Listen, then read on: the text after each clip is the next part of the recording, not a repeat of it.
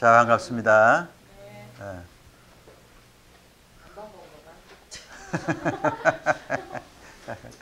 반가울 걸로 믿고 내 믿음대로 될지어다 하셨으니까 오늘은 특별히 이제 용서에 대한 이야기를 하겠습니다.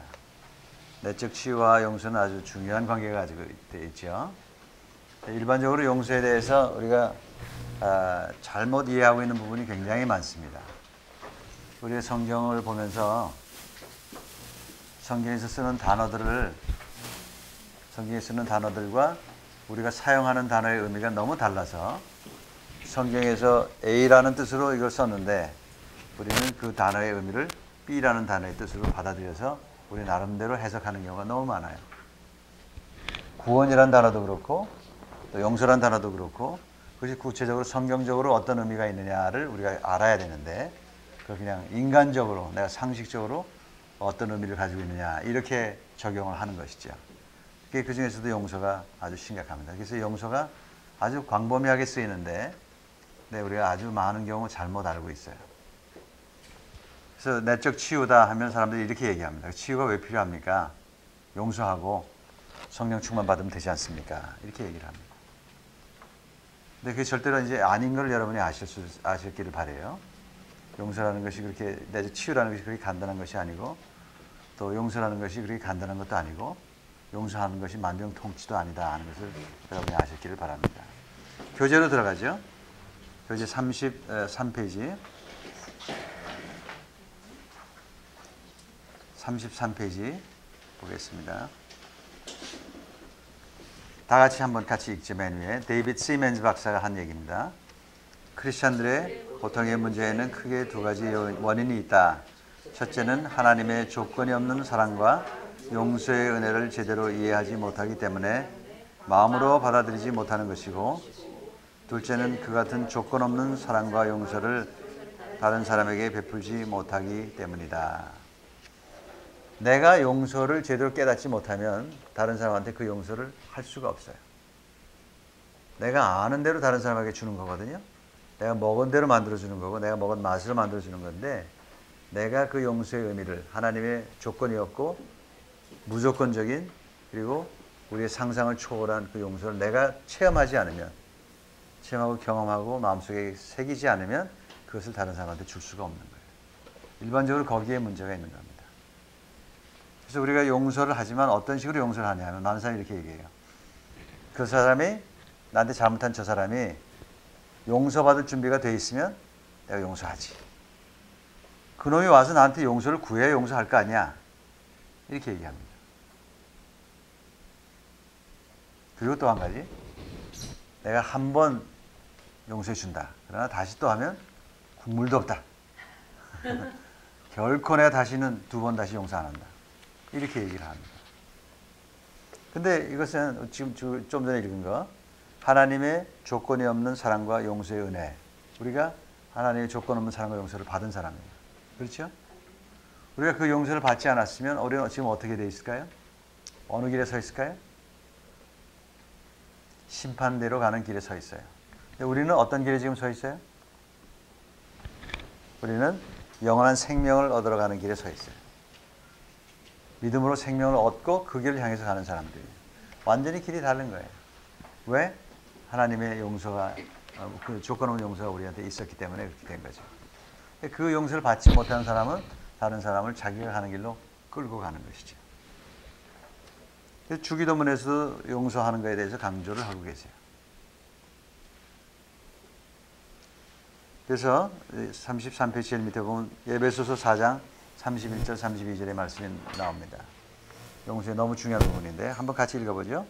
에베소서 4장 31절 32절 너희는 모든 악독과 노함과 분냉과 떠드는 것과 회방하는 것을 모든 악의와 함께 버리고 서로 인자하게 하며 불쌍히 여기며 서로 용서하기를 하나님이 그리스도 안에서 너희를 용서하신 것과 같이 하라. 서로를 불쌍히 여기며 서로 용서하기를 하나님이 그리스도 안에서 너희를 용서하신 것 같이 하라. 이 말씀을 붙잡고 우리 잠깐 기도하고 그다음 계속 합시다. 아버지 하나님, 우리의 마음을 열어주셔서 우리가 다른 사람을 보면서 그들의 불쌍함을 볼 수 있게 하시고 서로 인자하게 서로를 받아들이는 우리의 삶이 되도록, 마음이 되도록, 생각이 되도록, 의지가 되도록 축복하여 주옵소서. 이제 우리가 용서의 깊은 의미를 깨달아 알고 주님 안에서 진실된 자유를 체험하는 삶이 되기를 원합니다. 주님 인도하시옵소서. 예수님의 이름으로 기도합니다. 아멘. 자, 35페이지로 넘어가겠습니다. 좀 용서의 분량이 워낙 방대하기 때문에 짧은 시간에 요약해서 오늘 말씀을 드리기를 원합니다. 진실된 용서란, 거기 아티클을 보면 이런 말이 나옵니다. 나를 향하신 하나님의 조건 없는 용서, 마태복음 18장 23절 이후에 보면 1만 달란트 빚진 종의 이야기가 나와요. 1만 달란트가 얼마인지 아세요, 여러분? 최소한 100억이 넘습니다. 1만 달란트 빚을 졌어요, 왕한테. 그 100억의 돈을 그 사람이 갚을 수 있을까요, 없을까요? 없어요. 그래서 왕이 그 종에게 이렇게 얘기합니다. 내가 네 빚을 다 탕감해 주겠다 했는데, 그러나 그 종은 하나님한테 부탁한 게 있어요. 그 주인한테, 왕한테 부탁한 게 있어요. 뭘 부탁했냐면, 나한테 기한을 충분히 주시면 내가 갚겠습니다. 갚을 수 없는 걸 본인도 알지만 기한을 충분히 주시면 혹시 내가 갚을 수 있지 누가 압니까? 그런 의미죠. 그래서 종이 부탁한 것이 뭐냐면 기한을 넉넉히 주십시오. 근데 임금은 기한을 넉넉히 준 게 아니라 그 종이 그 빚을 갚을 수 없는 걸 분명히 알고 있기 때문에 아주 빚을 탕감했어요. 기한을 줘봤자 못 갚을 테니까 그냥 탕감해 주었어요. 근데 종은, 자, 여기 보세요. 종은 그걸 왕이 그렇게 탕감해 줬는데도 불구하고 어떻게 받아들였냐 하면, 내가 원하는 대로 기한을 연장해 주었다. 이렇게 받은 거예요. 기한을 연장해 주었으니까 나는 그동안 열심히 일해서 조금씩이라도 갚아야 되겠다. 이렇게 된 거죠. 그래서 자기한테 조금 빚을 진 사람을 끌어가지고 감옥에 집어넣은 거예요. 그 가족들이, 그 100데나리온 빚진 사람이 가족들이 뭔가를 가져와서 자기한테 갚게. 그래서 그 갚은 걸 가지고 왕한테 가가지고 내가 이만큼 갚았으니까 조금 더 시간을 연장해 주십시오. 라고 얘기할 수 있도록. 자, 여기 큰 차이가 있어요. 하나님이 우리한테, 왕이 우리한테 주신 거하고 내가 구한 거하고 아주 다른 거예요. 근데 내가 뭘 구하다 보면 우리는 그 구하는 것, 그것이 내게 온 것으로 의심 없이 믿어버리는 거예요. 그러니까 우리가 아주 잘못 알고 있는 거죠. 그 사람이 알고 있는 것과 하나님 우리에게 주신 것과는 아주 다른 거예요. 자, 36페이지.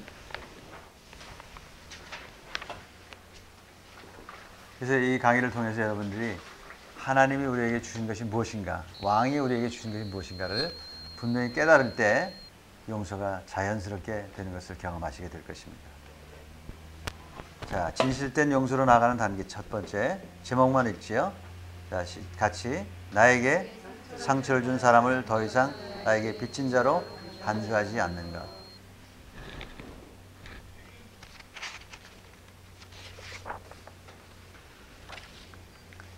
우리는 우리에게 상처 준 사람을 우리에게 빚진 자로 알고 있습니다.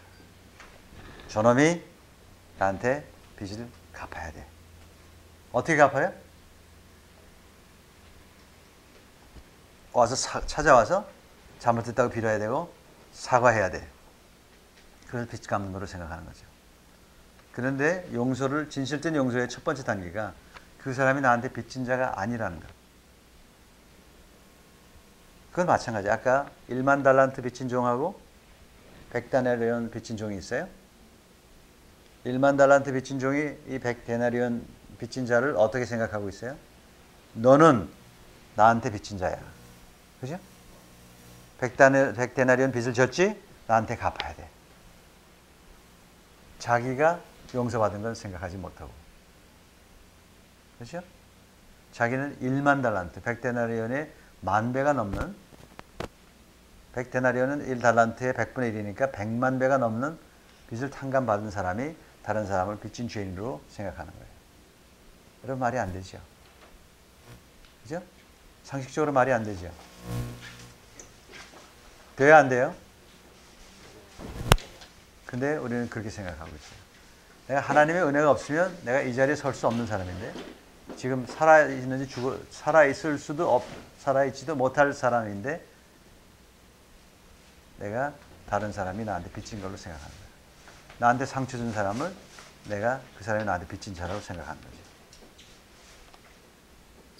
간주하지 않아야 돼. 이건 의지의 결단이 필요합니다. 용서는 의지가, 강한 의지가 필요합니다. 그래서 치유함을 받은 사람만이 제대로 용서를 할 수가 있어요. 치유를, 내적 치유를, 마음의 치유를 계속 받아가면서 여러분의 용서, 의지가, 감정이 치료가 되면 의지가 서서히 힘을 발휘하는 것을 여러분이 경험하게 될 것입니다. 자, 두 번째 제목 읽어보죠. 용서란 과거를 잊어주는 것이 아니라 더 이상 과거에게 지배당하는 것을 거부하며 미래를 향해 나아가는 새로운 자세로 관심을 옮기는 것을 깨닫고 실천하는 것. 과거에게 지배당하는 것을 거부하는 거예요. 근데 이게 여자들한테 너무 어려워요. 특히나. 왜 어려워요? 저희 아내도 이렇게 자주 얘기해요. 내가 어떤 자기 마음에 안 드는 행동을 하면 우리 결혼이 37년이 됐는데 지난 37년 동안에 뭐가 돌아가요? 필름이 순간적으로 확 돌아가면서 그동안 내가 자기 마음에 잘못했던 것, 마음에 들지 않게 했던 것들이 그냥 다 떠오르는 거예요. 여자들이 그렇게 돼 있어요. 여자들의 마음밭이 좋기 때문에, 부드럽기 때문에. 남자들은 쉬워요. 그죠? 남자들은 용서를 하면 우리 아내가 하루 전에, 일주일 전에, 한 달 전에 무슨 잘못을 했는지 전혀 기억이 되질 않아요. 이 집사님 안 그래요? 일반적으로 아내가 아무리 어려운 말을 해도 남자들은 일주일이 지나면, 3일이 지나면, 하루가 지나면 그게 기억이 안 돼요. 그렇게 만드셨어요. 근데 여자들은 남편이 말 한마디 잘못하면 그것이 하루가 지나고, 일주일이 지나고, 한 달이 지나고, 1년이 지나도 잘 잊혀지지가 않아요. 네? 안 그래요? 일반적으로 그렇게 돼 있어요. 남자와 여자가 그렇게 다르게 돼 있어요. 그래서 용서가 특히 남성들이 잘 할 수 있는 부분이고 잘 해야 되는 부분이고, 그래서 남편들이 아내들을 계속해서 용서하며 축복하며 나가게 돼 있는 거죠. 그래서 남편들을 아내의 뭐라고 부르고 있어요? 성경에 보면 아내의 머리라고 이야기하는 거지. 오케이. 자, 3번. 마음의 상처와 분노를 덮어버리는 것이 아니라 그 존재를 인정하고 표현하는 과정이다. 4번.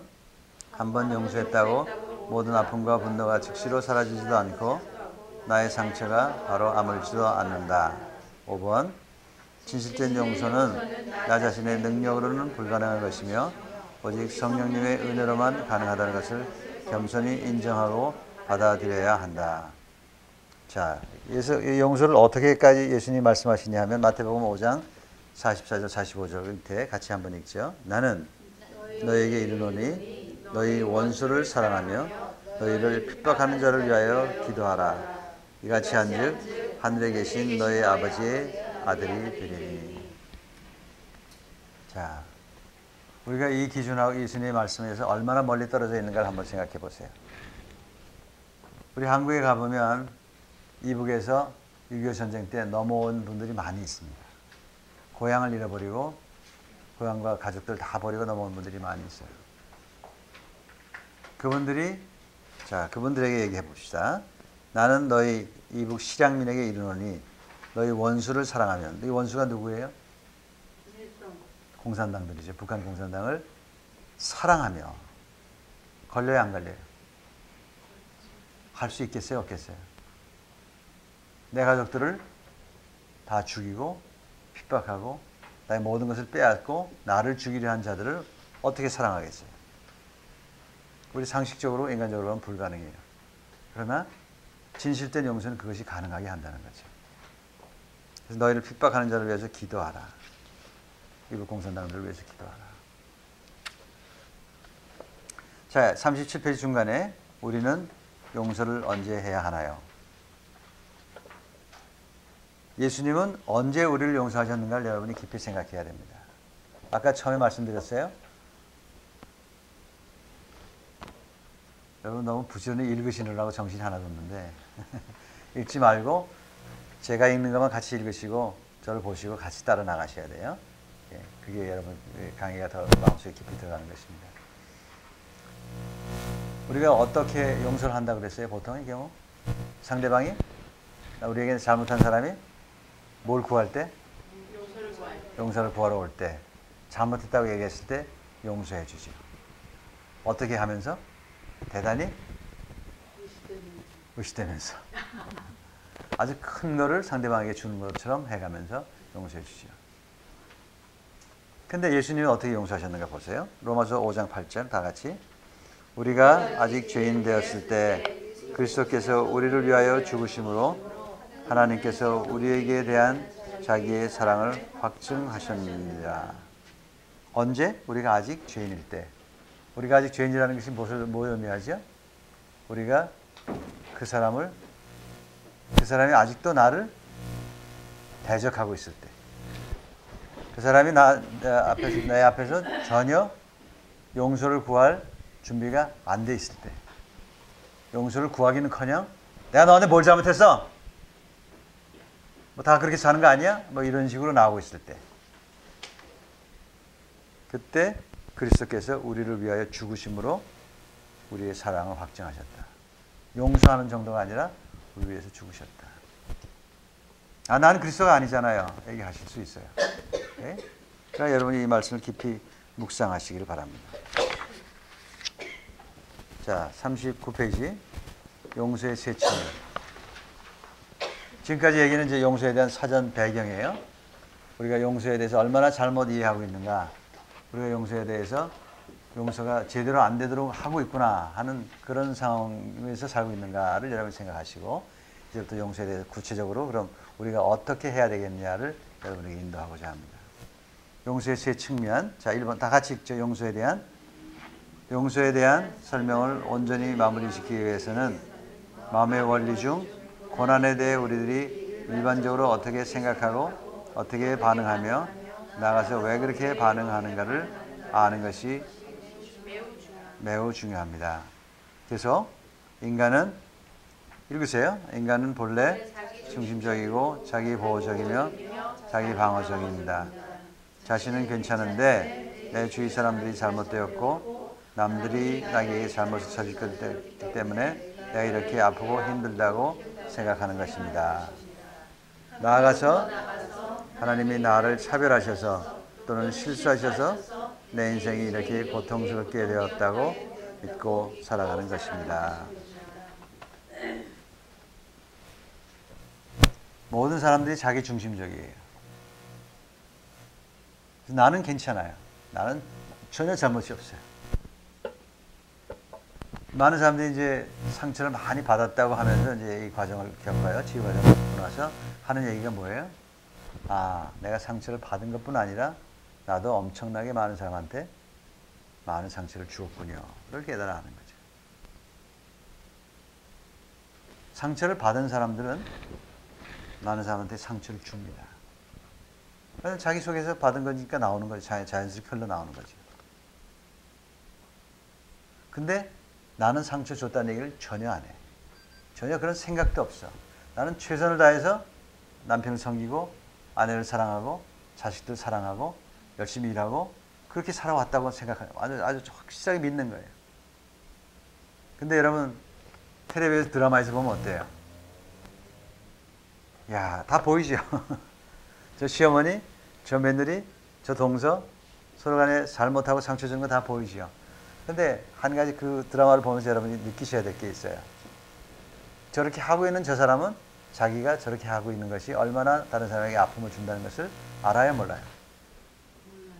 몰라요. 전혀 몰라요.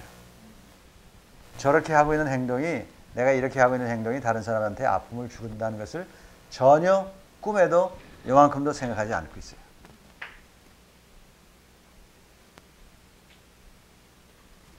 그러니까 자기는 용서할 것만 있지 용서를 받을 것은 전혀 없어요. 그리고 그럴 때 고난이 닥치면 막 난리를 치죠. 도대체 왜 나한테 이런 일이 벌어집니까? 실제로 암이 걸렸을 때 암 환자들이 첫 번째 반응이 뭔지 아세요? 암 진단을 받고 나서 왜 나한테, why me? 왜 나에게 이런 일이 닥쳤을까? 그런 반응이 나오는 거죠. 자기는 잘못한 게 없는데. 그래서 우리 한국 사람들이 특별히 이제 한국 사람들이 서양 사람들보다, 서양 사람들은 암도 아주 담담하게 받아들이는 경우가 많죠. 그죠? 다 그런 건 아니겠지만 우리보다 훨씬 담담하게 받아들여요. 서양 사람들 보면서 놀라는 게 있어요. 장례식인데, 자기 딸의 장례식인데 엄마가 나와서 읽어요. 얘기를 해요. 딸에 대해서 이야기도 하고. 눈물도 흘리지만 웃기도 해요.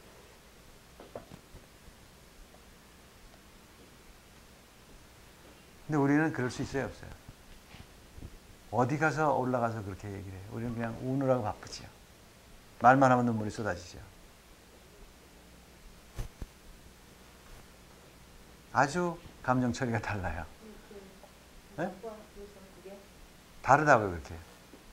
특별히 우리 한국 사람들 속에 이렇게 자기중심적인 생각이 굉장히 심각해요. 왜 자기중심적인 생각이 심각해요? 내가 누구라고 생각해요? 피해자. 나만이 피해자라는 생각이 너무 뿌리가 깊어요. 그게 한이에요. 그래서 그 한을 풀어내는 과정이 이제 치유 과정이고, 그 한을 많이 풀어낸 다음에 이제 여러분과 함께 우리가 용서의 과정을 찾아 들어가는 거예요. 한이 뭉쳐있을 때는, 한 덩어리들이 뭉쳐있을 때는 용서가 설명이 되지도 않고 받아들여지지도 않습니다. 그래서 내적 치유에서 가장 중요한 건 용서가 아니라 치유예요. 먼저 한을 풀어주는 과정이 필요해요. 이제 여러분들은 그 과정을 지났기 때문에 이제 용서에 대한 얘기를 하는 건데, 그래서 고난이 닥칠 때 우리가 대처하는 방법이 아주 특별합니다. 한 많은 사람들은 고난이 닥칠 때 대처하는 방법이 아주 달라요. 누군가 우리를 훈련을 시키기 위해서, 하나님 우리를 훈련시키기 위해서는 우리한테 어려움을 보내십니다. 그렇죠? 연단을 보내셔요. 그래서 그러니까 너희들에게 여러 가지 시련이 닥치거든 온전히 기쁘게 여기라고 야고보서에도 말씀하고 있죠. 여기도 나올 거예요. 야고보서 1장 2절 보시죠. 1장 2절 4절. 자, 내 형제들아, 너희가 여러 가지 어려운 일을 만나거든 온전히 기쁘게 여기라. 거기까지. 너희가 여러 가지 어려운 일을 만나면 온전히 기쁘게 여기라. 말도 안 되죠.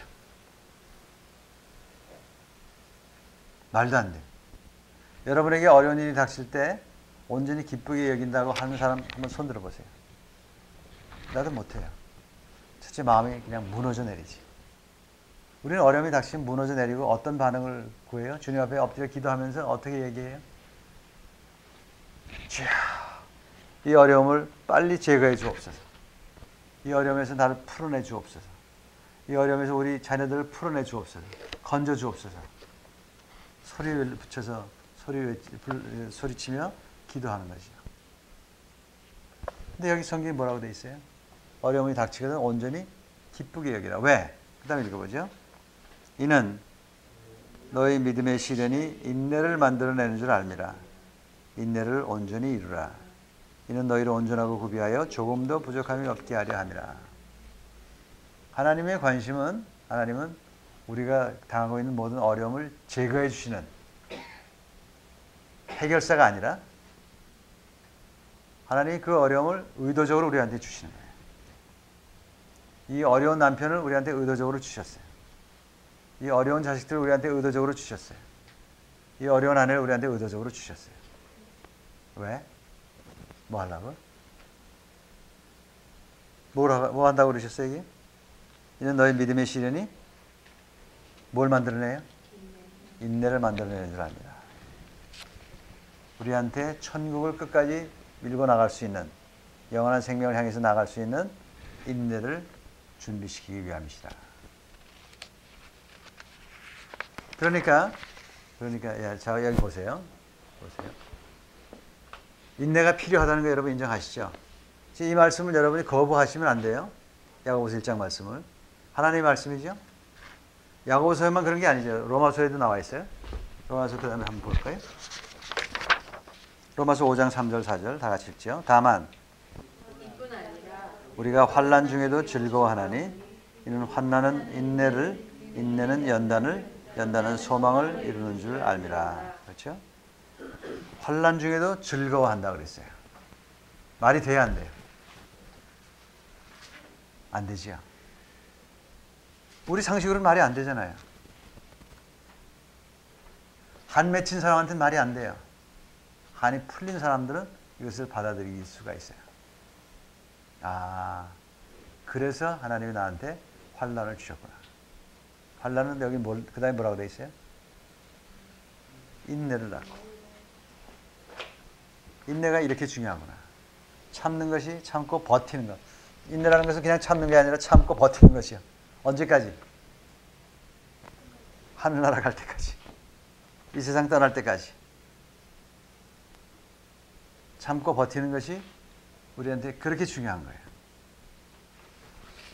근데 참고 버티는 거는 어려움을 통과하지 않은 사람은 참고 버티는 힘을 기를 수 있어요, 없어요? 군대를 갔다 오지 않은 사람은 군대에서 참고 버티는 힘을 기를 수가 있어요, 없어요? 모르죠. 이런 말이 있어요, 서양 속담에. 좋은 날씨는 훌륭한 선원을 만들지 못한다. Fair weather cannot make a good sailor. 좋은 선원을 만들기 위해서는 뭐가 필요해요? 폭풍이 필요한 거예요. 비바람이 필요한 거죠. 태풍이 필요한 거죠. 숱한 뱃멀미를 하고 바닷물도 짠물도 실컷 먹고 하는 그런 과정이 필요한 거죠. 그 과정을 통해서만 좋은 선원, 훌륭한 선원이 만들어지고 그 훌륭한 선원이 인도하는 배를 타야 우리는 안전한 거죠.